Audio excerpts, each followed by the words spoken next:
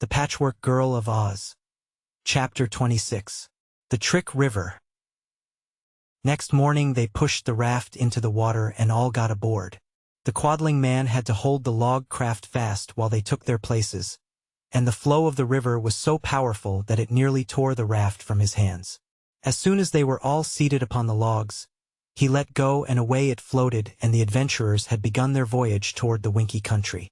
The little house of the quadlings was out of sight almost before they had cried their goodbyes, and the Scarecrow said in a pleased voice, "It won't take us long to get to the Winkie country at this rate."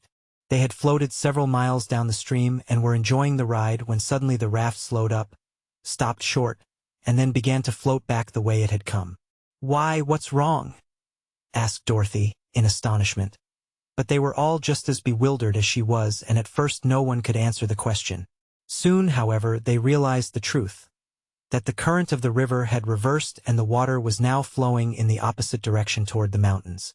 They began to recognize the scenes they had passed, and by they came in sight of the little house of the quadlings again. The man was standing on the river bank, and he called to them, "How do you do? Glad to see you again. I forgot to tell you that the river changes its direction every little while. Sometimes it flows one way, and sometimes the other." They had no time to answer him, for the raft was swept past the house and a long distance on the other side of it. "We're going just the way we don't want to go," said Dorothy. "And I guess the best thing we can do is to get to land before we're carried any farther." But they could not get to land. They had no oars, nor even a pole to guide the raft with. The logs which bore them floated in the middle of the stream and were held fast in that position by the strong current.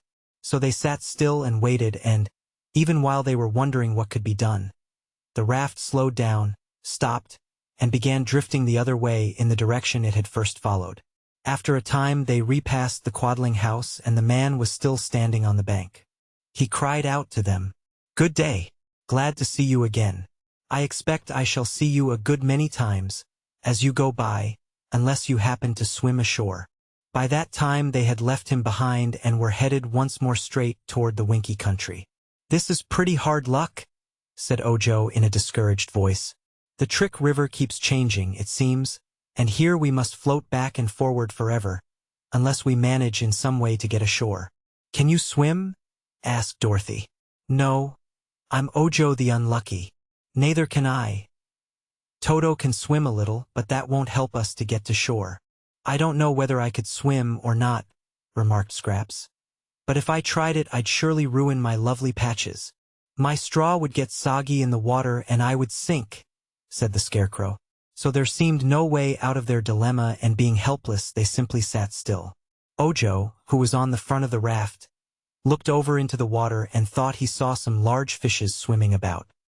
He found a loose end of the clothesline which fastened the logs together, and taking a gold nail from his pocket he bent it nearly double, to form a hook, and tied it to the end of the line. Having baited the hook with some bread which he broke from his loaf, he dropped the line into the water, and almost instantly it was seized by a great fish. They knew it was a great fish, because it pulled so hard on the line that it dragged the raft forward even faster than the current of the river had carried it. The fish was frightened, and it was a strong swimmer. As the other end of the clothesline was bound around the logs, he could not get it away, and as he had greedily swallowed the gold hook at the first bite, he could not get rid of that, either. When they reached the place where the current had before changed, the fish was still swimming ahead in its wild attempt to escape. The raft slowed down, yet it did not stop because the fish would not let it. It continued to move in the same direction it had been going. As the current reversed and rushed backward on its course, it failed to drag the raft with it. Slowly, inch by inch, they floated on, and the fish tugged and kept them going. "I hope he won't give up," said Ojo anxiously. "If the fish can hold out until the current changes again, we'll be all right." The fish did not give up, but held the raft bravely on its course, till at last the water in the river shifted again and floated them the way they wanted to go. But now the captive fish found its strength failing. Seeking a refuge, it began to drag the raft toward the shore. As they did not wish to land in this place, the boy cut the rope with his pocket-knife and set the fish free, just in time to prevent the raft from grounding. The next time the river backed up, the Scarecrow managed to seize the branch of a tree that overhung the water, and they all assisted him to hold fast and prevent the raft from being carried backward. While they waited here, Ojo spied a long broken branch lying upon the bank, so he leaped ashore and got it. When he had stripped off the side shoots, he believed he could use the branch as a pole to guide the raft in case of emergency. They clung to the tree until they found the water flowing the right way, when they let go and permitted the raft to resume its voyage. In spite of these pauses, they were really making good progress toward the Winky Country, and having found a way to conquer the adverse current, their spirits rose considerably. They could see little of the country through which they were passing, because of the high banks, and they met with no boats or other craft upon the surface of the river. Once more the Trick River reversed its current, but this time the Scarecrow was on guard and used the pole to push the raft toward a big rock which lay in the water. He believed the rock would prevent their floating backward with the current, and so it did.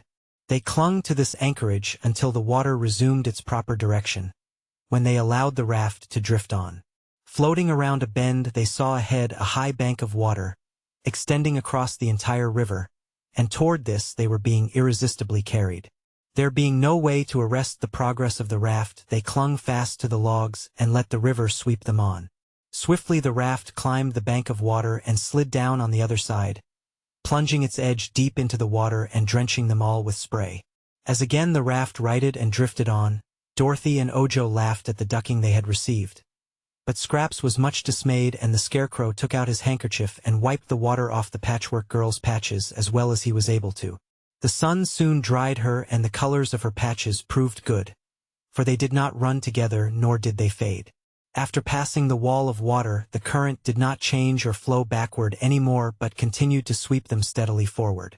The banks of the river grew lower, too, permitting them to see more of the country, and presently they discovered yellow buttercups and dandelions growing amongst the grass, from which evidence they knew they had reached the Winky Country. "Don't you think we ought to land?" Dorothy asked the Scarecrow. "Pretty soon," he replied. "The Tin Woodman's castle is in the southern part of the Winky Country, and so it can't be a great way from here." Fearing they might drift too far, Dorothy and Ojo now stood up and raised the Scarecrow in their arms, as high as they could, thus allowing him a good view of the country. For a time he saw nothing he recognized, but finally he cried, "There it is! There it is!" "What?" asked Dorothy. "The Tin Woodman's tin castle. I can see its turrets glittering in the sun. It's quite a way off, but we'd better land as quickly as we can." They let him down and began to urge the raft toward the shore by means of the pole. It obeyed very well, for the current was more sluggish now, and soon they had reached the bank and landed safely. The Winky Country was really beautiful, and across the fields they could see afar the silvery sheen of the tin castle. With light hearts they hurried toward it, being fully rested by their long ride on the river. By and by they began to cross an immense field of splendid yellow lilies, the delicate fragrance of which was very delightful. "How beautiful they are!" cried Dorothy, stopping to admire the perfection of these exquisite flowers. "Yes," said the Scarecrow reflectively, "but we must be careful not to crush or injure any of these lilies." "Why not?" asked Ojo. "The Tin Woodman is very kind-hearted," was the reply, "and he hates to see any living thing hurt in any way." "Are flowers alive?" asked Scraps. "Yes, of course, and these flowers belong to the Tin Woodman. So, in order not to offend him, we must not tread on a single blossom." "Once," said Dorothy, "the Tin Woodman stepped on a beetle and killed the little creature. That made him very unhappy, and he cried until his tears rusted his joints, so he couldn't move 'em." "What did he do then?" asked Ojo. "Put oil on them, until the joints worked smooth again." "Oh!" exclaimed the boy, as if a great discovery had flashed across his mind. But he did not tell anybody what the discovery was and kept the idea to himself. It was a long walk, but a pleasant one, and they did not mind it a bit. Late in the afternoon they drew near to the wonderful tin castle of the Emperor of the Winkies, and Ojo and Scraps, who had never seen it before, were filled with amazement. Tin abounded in the Winky Country, and the Winkies were said to be the most skillful tinsmiths in all the world. So the Tin Woodman had employed them in building his magnificent castle, which was all of tin, from the ground to the tallest turret, and so brightly polished that it glittered in the sun's rays more gorgeously than silver. Around the grounds of the castle ran a tin wall with tin gates. But the gates stood wide open because the emperor had no enemies to disturb him. When they entered the spacious grounds, our travelers found more to admire. Tin fountains sent sprays of clear water far into the air, and there were many beds of tin flowers, all as perfectly formed as any natural flowers might be. There were tin trees, too, and here and there shady bowers of tin, with tin benches and chairs to sit upon. Also, on the sides of the pathway leading up to the front door of the castle, were rows of tin statuary, very cleverly executed. Among these Ojo recognized statues of Dorothy, Toto, the Scarecrow, the Wizard, the Shaggy Man, Jack Pumpkinhead and Ozma, all standing upon neat pedestals of tin. Toto was well acquainted with the residents of the Tin Woodman and, being assured a joyful welcome, he ran ahead and barked so loudly at the front door that the Tin Woodman heard him and came out in person to see if it were really his old friend Toto. Next moment the Tin Man had clasped the Scarecrow in a warm embrace and then turned to hug Dorothy. But now his eye was arrested by the strange sight of the Patchwork Girl, and he gazed upon her in mingled wonder and admiration.